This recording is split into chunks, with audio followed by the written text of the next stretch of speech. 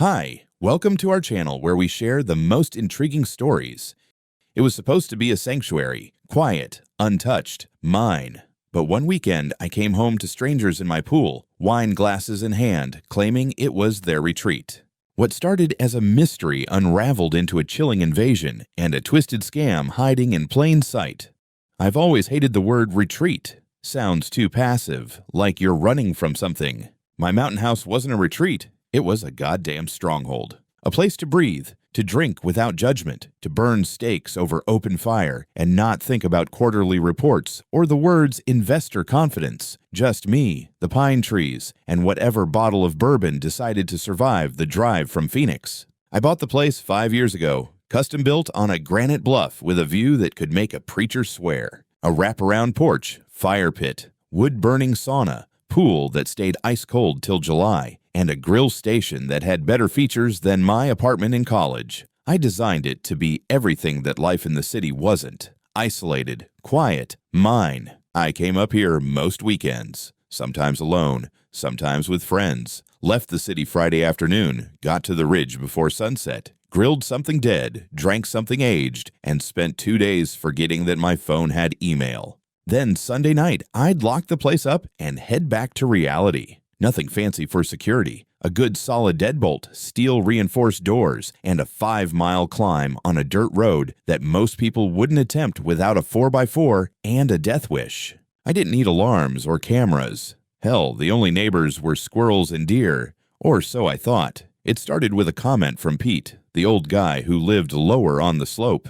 Vietnam vet, full-time welder, part-time conspiracy theorist. We weren't close, but he was good people. He caught me one Friday evening as I was unloading groceries from the truck. "Thought you were already up here," he said, nodding toward the house. I raised an eyebrow. "Just got in." He squinted, scratched the back of his neck. "Funny. Thought I saw lights on Tuesday night. Figured maybe you took a midweek break." I laughed it off. "I wish." Was buried in meetings all week. Pete just grunted and went back to hauling firewood, but something about the way he said it stuck with me. I knew I'd turned everything off last Sunday. I was obsessive about that. Power off, water off, windows shut. One of those routines you do so often, your body remembers it, even if your brain's fried. That night, something else bugged me. The blanket on the leather couch was folded wrong. Not a big deal. Probably just got knocked off when I threw my duffel. Still, it was tucked in the corner in this weird, precise way, like someone was pretending to clean up after themselves. I brushed it off. Sleep-deprived paranoia. That was the problem with quiet places. Your brain had too much room to wander. Next morning, I found a beer bottle in the trash. The label was some fancy micro-brew crap I wouldn't drink on a dare. IPA with mango or some nonsense. I stood there holding it like a crime scene investigator. Now I was on edge. Checked the windows. All locked. Doors secured. No scratches, no pry marks, nothing broken. I even crawled under the deck and looked for footprints. Dirt was undisturbed. The place was as pristine as I'd left it. Except it wasn't. Maybe I'd brought the beer myself and forgot. Maybe I was unraveling. Or maybe, just maybe, someone had been here. Someone careful. Someone who knew how to vanish without a trace. I told myself it was nothing again. Still, I changed the locks the next day. Not an overreaction, I figured. Just peace of mind. I didn't mention any of this to my buddies. Didn't tell Pete either. What was I supposed to say? "Hey man, I think someone's been drinking mango IPAs in my fortress of solitude." No thanks. I'd rather take my chances with a raccoon homebrewer than sound like a lunatic. But the next Friday, the towels in the guest bathroom were damp. And I hadn't used the guest bathroom. That's when I stopped laughing. Her name was Karen Mayfield. I didn't know that then, of course. Back then, she was just one of those vaguely familiar faces from the lower slope. The kind of person you wave to out of politeness when you're hauling propane tanks or checking tire pressure. She lived in one of the houses in that little residential cluster where the asphalt ended and the climb began. The place had a HOA, pastel exteriors, matching mailboxes, and quarterly newsletters. Basically, hell with lawn ornaments. I didn't think much about the people down there. They were a different breed. Full-timers, permanent fixtures. I was just a weekend ghost in my own zip code. But Karen noticed me. I'd find out later that she had been watching that mountain house for months. Not in a creepy binoculars on a tripod kind of way. No, it was more subtle than that. She followed patterns, noted movements, kept mental tabs. She figured out fast that the house sat empty 5 days a week, sometimes 6 if I got stuck in Phoenix with a product rollout or a surprise investor tantrum. It was perfect for her. A luxury home in the woods, fully furnished, stocked with wine, and no alarm system. It may as well have had a sign out front that said, "Instagram ready, please break in politely." Karen wasn't the type to kick in a door or crawl through a window. No, she was smarter than that. Manipulative in a way that made your skin itch only after it was too late. The story started with a local plumber named Joe, a soft-spoken guy in his 50s who'd fixed my tankless water heater last winter. Good guy, or so I thought. Karen approached him with what I imagine was her usual blend of fake vulnerability and entitled urgency, told him she'd locked herself out of her uncle's house on the hill, claimed it was some kind of inheritance situation, that she just needed a professional to check if the lock was faulty, said the key she had wasn't working right. I'm guessing she smiled a lot and paid in cash. Joe took a quick look, popped the cylinder, maybe snapped a picture for future repair. 2 days later, Karen had a brand new key to my front door. That's how it started. At first, she tested the waters. Slipped in late morning, left before dark. Took nothing, moved nothing, just soaked in the ambiance. Smelled the cedar, took long showers, wore the robe I left hanging in the guest room closet. She'd tidy up after herself, fold towels just the way I did. Her goal wasn't burglary, it was immersion. She wanted to feel like the queen of a mountain manor. And for a while, she pulled it off. She began bringing in guests, small groups at first, a couple girlfriends, some acquaintances from her gym or wine club. She claimed the house had been in the family for generations. She said it was left to her by a great uncle who made a fortune in timber or crypto or some other horse shit. They believed her.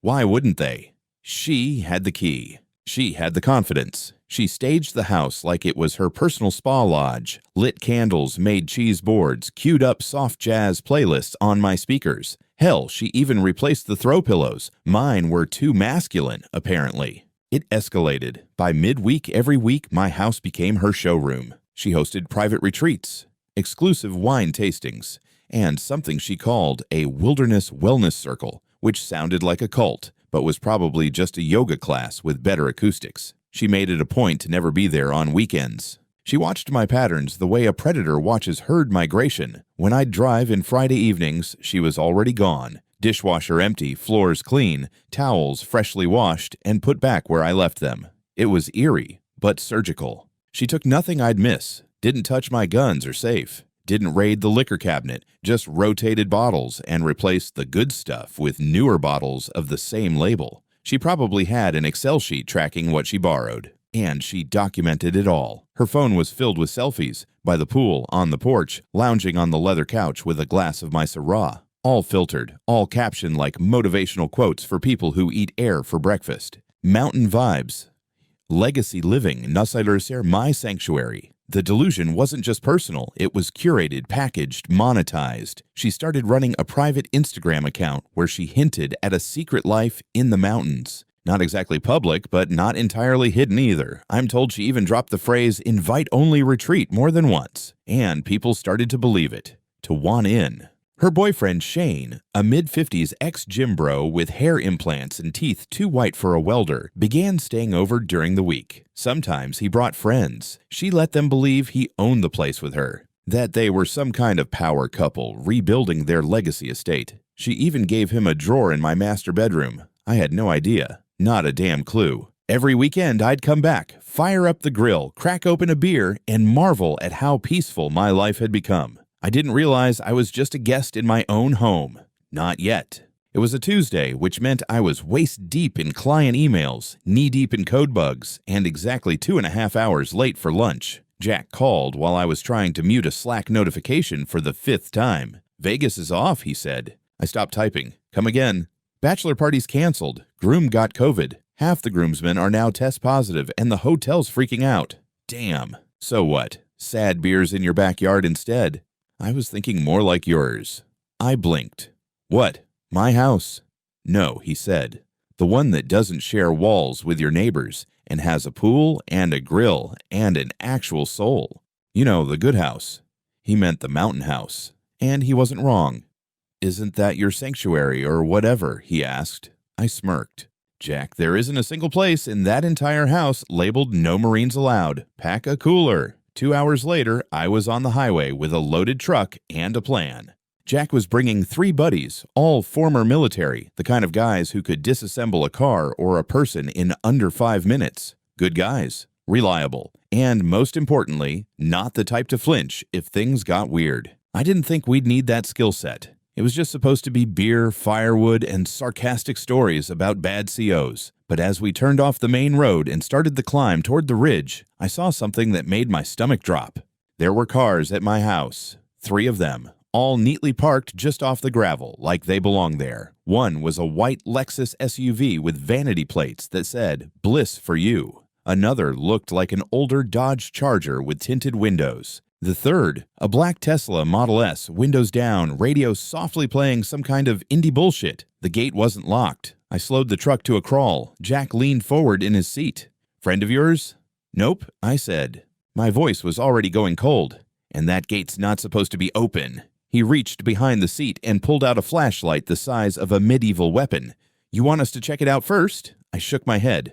"We go in together. No one split up. Nobody touches anything unless it touches us first." The gravel crunched under the tires as we pulled in. I killed the engine and stepped out. The scent of grilled meat was in the air. My meat, probably from my freezer. There was music playing from somewhere inside. Not loud, but audible enough to be smug. Around the side of the house, near the pool, I saw movement. 2 people were in the water. A man and a woman tangled together in a float that had no business being on my property. The man held a margarita glass. The woman laughed like she owned the mountain. Near the grill station, 2 more guys stood flipping steaks. One of them wore a Yoga Dad tank top. He held a beer in one hand and a spatula in the other. I walked up with the kind of calm you have before a hurricane. "Hey," I said, "you mind telling me who the hell you are?" Tank top guy looked up, squinted, and smirked. "You lost, dude? This is a private event." "Yeah, I can see that," I said, "which is impressive because this is also my private property."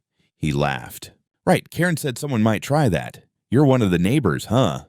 I didn't answer. Jack and the others stepped out from behind me. One of them cracked his knuckles. Another just stared with that very specific kind of military deadeye that makes people reconsider their choices. Tank top guy lost about 4 shades of color. "Karen lives here," he said, slower now. "She told us this was her house. Like, family inheritance." "Did she show you a deed?" I asked. No, he said, shifting on his feet. "But she has keys. She comes and goes. Has, like, stuff inside." "Yeah," I said.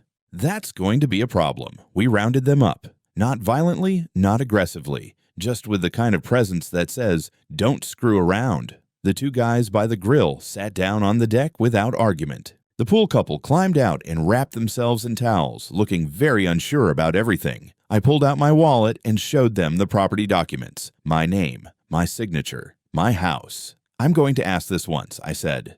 "Did any of you break in?" They all shook their heads. "Did any of you force a lock, pick a window, use a crowbar?" More headshakes. "Did any of you pay Karen for access?" Silence. Then the guy in the tank top muttered, "I Venmo'd her $100 for the spa fee." Jack whistled low. "Guess she's running a business." My jaw clenched. "You're all staying right here. Don't leave. Don't move. Don't touch the beer." "I'm going inside." One of the Marines stayed with them. Arms crossed, zero expression. The others followed me up to the porch. As I grabbed the handle, I could hear laughter inside. Female voices, glass clinking. Music drifting lazily from my Bluetooth speakers. The door was unlocked. Of course it was. The house smelled like wine and lavender candles. I stepped inside and was immediately hit by warm air, perfumed and smug. The living room looked like a spa brochure had exploded. Ambient lighting, music playing low through my Bluetooth speakers, and a coffee table covered in tiny appetizers, olives, and folded napkins shaped like damn orchids. There were throw blankets I didn't own, and a decorative "Welcome to the Mountain" sign hanging above the fireplace in a script font I would rather set on fire than accept as mine. I heard laughter from the back, that bubbly, performative kind that rich women do when they're trying to one-up each other. A woman walked out from the hallway, wine glass in hand, saw me, and froze. She wasn't Karen. She wore a pink cashmere sweater, yoga pants, and the expression of someone who just realized she was trespassing but wasn't quite ready to admit it. "Hi," she said, voice tightening. "You must be—" I stared at her. "Tom, owner of this house." She blinked, looked down at her glass like maybe the wine label would offer her an escape route. "Karen told us you were in Europe," she said, like it was a question and a defense at once. Behind me, one of the guys whistled. "You hear that, Tom? You're European now." I ignored him and walked further in. In the great room by the fireplace, a group of 6 people stood chatting, holding drinks and laughing like they were in a country club. When they saw me and my friends, the mood dropped like a guillotine. A few of them stepped back instinctively. One woman set down her flute of champagne as if the glass might suddenly testify against her. And then I saw her, Karen. She was standing by the stone fireplace, holding a glass of my wine, a vintage I'd been saving for my 40th, in a tailored forest green dress. Her hair was curled, her makeup perfect, her body language that of someone playing hostess at a luxury retreat. She didn't look drunk or embarrassed. She looked annoyed, like I'd just interrupted a staged photo shoot. Her eyes locked on mine. She didn't move, didn't blink. I stepped closer, slow and deliberate. "What the hell?" I said calmly. "Are you doing in my house?" She exhaled through her nose. I didn't expect you until the weekend." I blinked. "That's your defense? I wasn't supposed to be here." A murmur ran through the guests. Some were visibly backing away. Others started whispering. Karen suddenly changed tactics. Her lip trembled. "Tom, I can explain." "Oh, this I've got to hear." I wanted a place to feel safe," she said, voice cracking now. "Everything in my life has been so hard lately. This place felt like peace. I didn't mean any harm. I cleaned everything. I respected your space. You threw parties in my pool." "Just a few friends," she said weakly. I stared at her. "You changed the decor. It's temporary. You drank my wine." She looked down, ashamed, or pretending to be. "I bought replacements." "That's not how ownership works, Karen."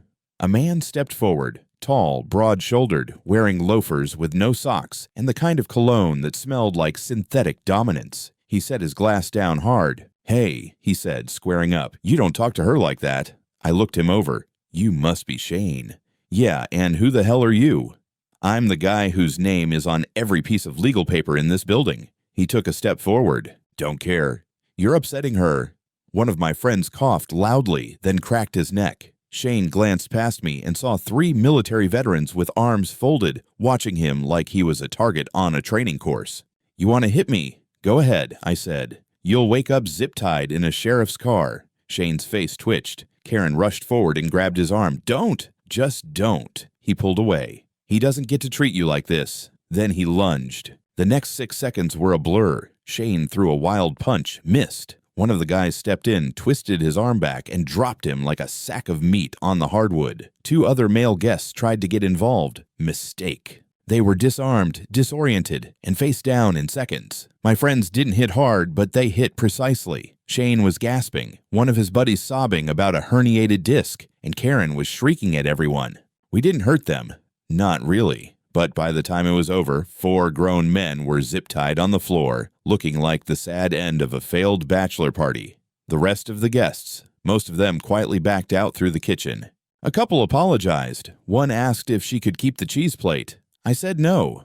Karen was still standing, arms crossed, mascara starting to run, lip quivering between defiance and disbelief. "You can't just treat me like a criminal," she whispered. "You broke into my house. You pretended it was yours.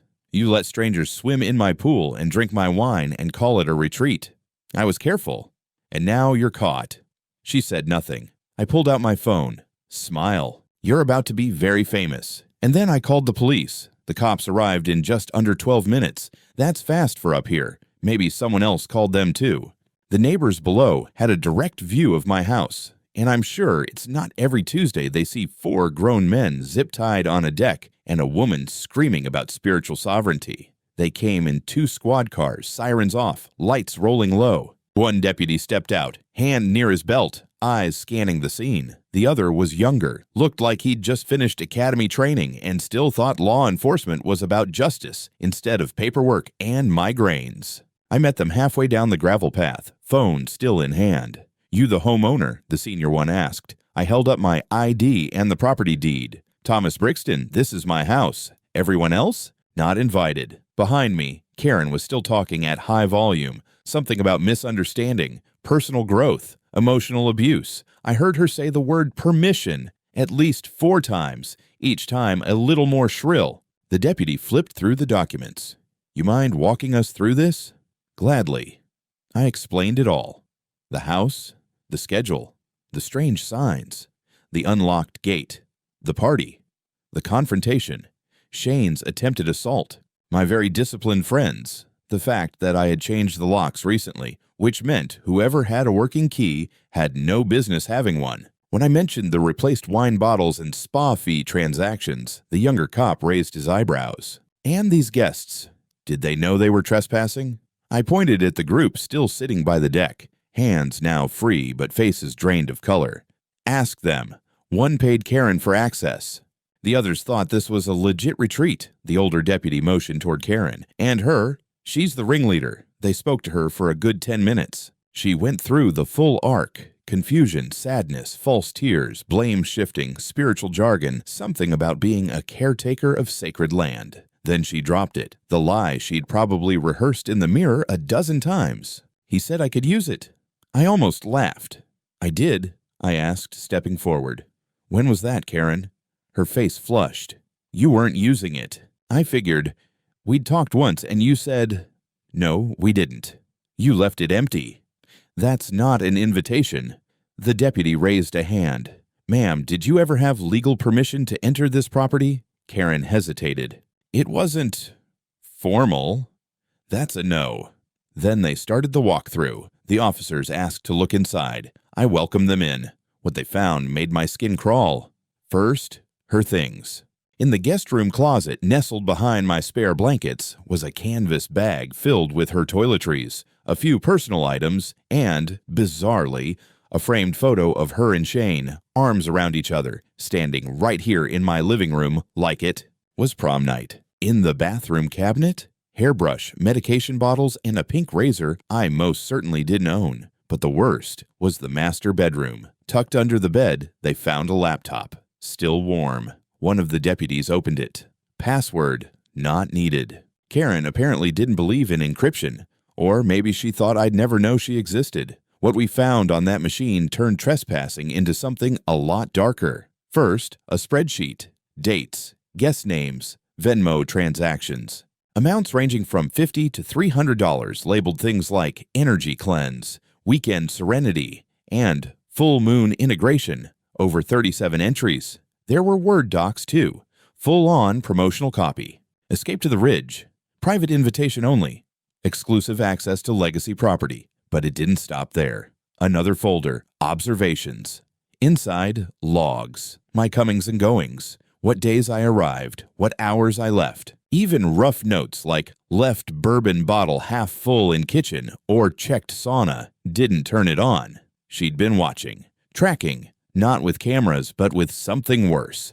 Presence. She must have visited within hours of my departures. Noted where I stepped, what I used, what I left behind. Reverse engineering my patterns like some perverse domestic predator. In the drawer beside the bed was a printed document. A half-finished form titled Co-Occupancy Affidavit. She'd typed in her name beside mine, left the date blank. She was prepping to claim part ownership, one of the deputies muttered. My jaw clenched. Good luck with that.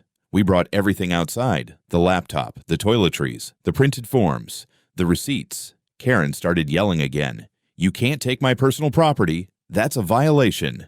The deputy didn't flinch. "Ma'am, we have probable cause for unlawful entry, misrepresentation, and attempted fraud. Sit down." She didn't. Not right away. She turned to me, mascara streaked, face contorted. "You set me up. You did this on purpose. You ruined everything." "No, Karen," I said. "You did." Then she tried to slap me. Tried. One of the officers caught her wrist mid-swing and turned her gently but firmly toward the squad car. "You're under arrest for criminal trespass and suspected fraud," he said as he cuffed her. Shane, who'd been trying to look invisible on the deck, finally spoke. "I didn't know, man. I really thought she owned it. I nodded. You thought wrong. He didn't get cuffed. Not yet. But they kept him on site while they ran checks. The rest of the guests were released after being identified and warned not to return. Some looked relieved. One woman cried. Another asked if she could Venmo me directly next time. I didn't answer. The cars were towed. The party was over. And I was left standing in the middle of my house, surrounded by lavender candles, dirty wine glasses, and the ghosts of a life I never lived. They processed her that night. The sheriff's deputy called me 2 hours later to confirm. Karen Mayfield, charged with criminal trespassing, unauthorized use of private property, and fraudulent misrepresentation, with more pending based on what they pulled off her laptop. Shane was held overnight on suspicion of resisting arrest and unlawful entry, but released in the morning. He didn't look so smug walking out of the station without his Rolex or his girlfriend. I spent that night in the house, alone. I couldn't sleep, not because of guilt or drama or the fact that half my whiskey had been replaced with cheap substitutes, but because everything suddenly felt off. The air, the furniture, the rooms. My own home had been lived in, not by me, but around me, like I was the shadow in someone else's dream. I found her makeup sponge in my bathroom drawer. It still had foundation on it. In the sauna, I found a used eucalyptus towel. She'd held wellness events in there. Invited people to sweat and moan and pretend the rocks had chakras. They probably sat on my bench, whispered affirmations, and passed around cold cucumber water like it meant something. It wasn't just violation. It was desecration. By Thursday, the mountain was buzzing. Local Facebook groups were lit up. Vague posts about a wellness host being arrested and police activity at the ridge. People from the lower slopes started texting me. Neighbors, acquaintances, Pete from down the trail. Everyone wanted to know what happened. I kept my replies short. Not my party. House got hijacked. Everything's under control. I didn't want to tell the full story yet. It felt too stupid and too surreal to put into words. But things moved fast. The sheriff's office launched a formal investigation, not just into the trespassing, but into potential wire fraud, civil liability, and operating an unlicensed hospitality business. One officer told me that what Karen had been running bordered on an illegal rental scheme, except worse because she didn't own the damn place. Apparently, some of the guests had complained to the county about her services. That tipped off code enforcement. Now she was facing civil suits too. At least 3 guests claimed they'd prepaid her for weekend wellness packages months in advance. One guy had transferred almost $1,000 for a guided nature healing experience that was supposed to involve herbal detox, hiking meditation, and a sound bath. What he got instead was a cold pool, cheap wine, and a hangover. Her lawyer, and yes, she somehow had one, tried to contact me the next day. He emailed me directly. Dear Mr. Brixton, our client, Ms. Mayfield, wishes to resolve this matter amicably. Delete. The next email came with a more threatening tone. Something about mutual misunderstanding, exaggerated force, and mental health complications. They were fishing, trying to spin the narrative, or at least muddy it. Too late, because that morning, I met with my attorney. A real one. A shark in loafers named Meredith Graves, who handled corporate litigation like it was a blood sport. We sat on my porch while she reviewed every document, photo, and digital file. She didn't blink once. You know what we have here? She said, tapping her pen against the folder. Intent, repetition, financial gain. You're sitting on a pile of felony leverage. She tried to claim co-ownership, I reminded her. She had a fake affidavit in my drawer. Which is forgery, Meredith said. And if she emailed it to anyone? Wire fraud. She leaned back in her chair. I'll file civil action first, she said. Full restitution, damages, and a no-contact order. If she's lucky, she'll only be bankrupt. If not, she's looking at real prison time. I nodded slowly. I want it all, every last dollar she made pretending to be me. You'll get it, she said. But prepare yourself. This will get noisy. And she was right. That evening, a local blog picked up the arrest report. Some true crime enthusiast with too much free time posted a write-up titled, Fake Heiress Runs Luxury Scam from Stolen House in the Pines. It blew up. Reddit picked it up next. The photos, taken from public arrest records and guest Instagram posts, were circulating like wildfire. Karen became a meme. Manifest your felony charges. Booked and busy. Literally. spiritual trespasser energy. People were laughing. I wasn't. Because I was still scrubbing essential oil stains out of my cedar sauna and trying not to picture that guy in the Yoga Dad tank top sitting on my porch swing, sipping wine like it was his name on the title. This wasn't over. It was just starting. By week's end, the court filings hit like precision airstrikes. Meredith filed a civil suit for trespassing, fraud, invasion of privacy, and misappropriation of property. She also requested an emergency injunction to bar Karen from coming within 500 feet of the mountain house, or me. The paperwork was dense, ruthless, and peppered with language like systematic abuse of access and orchestrated deception through impersonated ownership. Karen's legal team filed a response the next morning, a weak attempt to paint her as a misunderstood spiritual consultant taken advantage of by emotional manipulation and unclear verbal arrangements. It read like a bad therapy blog run through a thesaurus. The judge didn't buy it. He issued a temporary restraining order and authorized the seizure of Karen's devices for forensic investigation. The county DA was already reviewing the evidence from the laptop, particularly the payment records and the emails she'd sent to former clients that included phrases like "my estate," "private ownership," and "Tom allows it," the fact that she used my name to legitimize her scam. That moved things into identity fraud territory. Meanwhile, the guests who had been at the house that day started to talk publicly. One of them, a woman named Lindsay, posted a TikTok describing how Karen had promised her exclusive access to ancestral land and deep forest energy cleansing. The comments were brutal. People dragged Karen through digital mud, but that wasn't the worst part. The worst part was Shane. He didn't disappear. He doubled down. First, he emailed me, full of half apologies and veiled threats. Claimed he was duped too, said he didn't mean for it to escalate, and suggested I drop the charges to avoid dragging anyone through court. He even offered a handshake meeting, like this was a poker debt and not a felony. Then he went public. A local podcast ran an episode titled Mountain Lies: The Real Story Behind the Karen Mayfield Retreat, and Shane was the guest. He spun a tale about emotional coercion, painted himself as a victim of Karen's manipulation, and even claimed I'd flown off the handle and brought in military goons to rough people up. No names, of course. Just enough implication to smear me without triggering libel. The problem was, some people believed him. The podcast caught traction. More TikToks followed, people debating whether I was too aggressive, if maybe Karen just needed help, or whether the whole situation was being overblown because of male rage. It was surreal. I watched it unfold from my mountain house, refreshing a news feed that now included my name alongside phrases like property dispute and wellness scam gone viral. My inbox filled with requests for interviews, journalists, bloggers, influencers. I ignored them all. Instead, I stayed busy. I had the locks rechanged, again, with industrial-grade deadbolts. I had a real security system installed, motion lights, reinforced doors, and cameras with redundant backups. Not because I expected another break-in, but because I'd underestimated how quickly a private violation could become a public circus. The biggest surprise came from the sheriff. He called me directly one afternoon with an update. "You're going to want to sit for this," he said. I did. We executed a search on her residence, found evidence of additional property access attempts. Your place wasn't the only one. I gripped the phone tighter. Come again. She'd scoped out 2 other remote cabins in the region, had photos, notes, even marked utility access points. It looks like she was planning to expand, start a full-on retreat circuit, one borrowed estate at a time. He paused. But yours was her flagship. I rubbed my eyes. How many people has she scammed?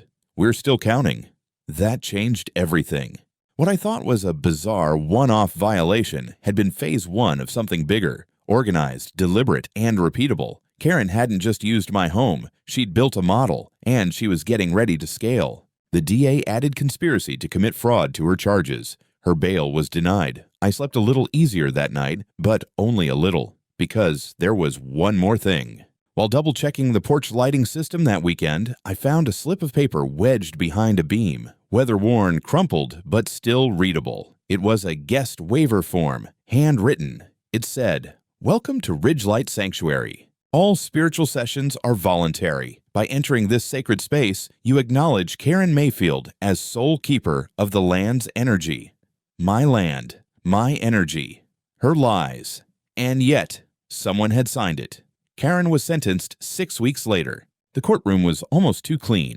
White walls, flag at the corner, linoleum tiles with the shine of a DMV and the weight of a funeral. She wore a beige suit, like it could still redeem her, hair flat, eyes hollowed out by exhaustion or denial, or both. She didn't speak much. Her lawyer did most of the talking, but his tone had changed. Less righteous, more transactional.